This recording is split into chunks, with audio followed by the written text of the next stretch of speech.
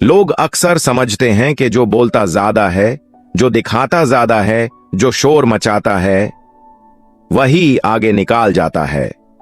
लेकिन यह कहानी है साद की, जिसने बोलना छोड़ दिया था और काम शुरू कर दिया था। साद एक नॉर्मल फैमिली से था। न उसके पास सिफारिश थी, न पैसा, और ना ही कोई बड़ा सपना जो वो सबको बता सकाए। उसका सपना सिर्फ इतना था, इज्जत के साथ जिंदगी गुजारनी। ऑफिस में साद सबसे ज्यादा काम करता था, लेकिन सबसे कम नजर आता था। मीटिंग्स में जो लोग बोल बोल कर आइडियाज बेचते, क्रेडिट उन्हीं को मिलता, और साद उसका काम लोग इस्तेमाल करते, नाम भूल जाते।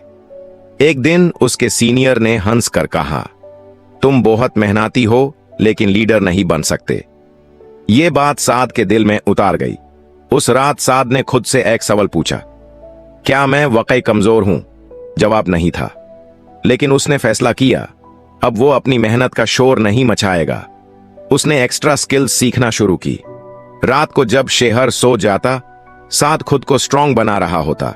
उसने अपनी गलतियों को छुपाया नहीं, उन्हें सीखने का जरिया बना लिया। और सबसे इंपॉर्टेंट बात, उसने सब्र सीख लिया। वक्त गुजारता गया। ऑफिस के वही लोग जो साद को लाइटली लेते थे, अब भी सिर्फ बातें कर रहे थे। और साद, उसने क्वाइटली एक सॉल्यूशन डिजाइन किया जो कंपनी का सबसे बड़ा मसला सॉल्व कर सकता था। जब क्राइसिस आया और सबके प्लान्स फेल हो गए, तो मैनेजर ने पूछा, अब कोई आइडिया? कमरा खामोश था। उस दिन पहली दफा साद ने हाथ उठाया। उसने सिर्फ 5 मिनट बोले और 5 साल का प्रॉब्लम सॉल्व कर दिया। 2 महीने बाद जो सीनियर कहता था तुम लीडर नहीं बन सकते, आज उसी के नीचे काम कर रहा था। और साद, उसके पास कोई घमंड नहीं था, ना बदला ना ताना, बस एक खामोश मुस्कुराहट।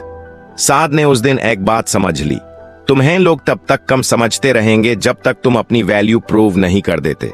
और याद रखना, हर बार बोलकर जीतना जरूरी नहीं होता, कभी कभी खामोशी से बनकर दिखाना ही सबसे बड़ी जीत होती है।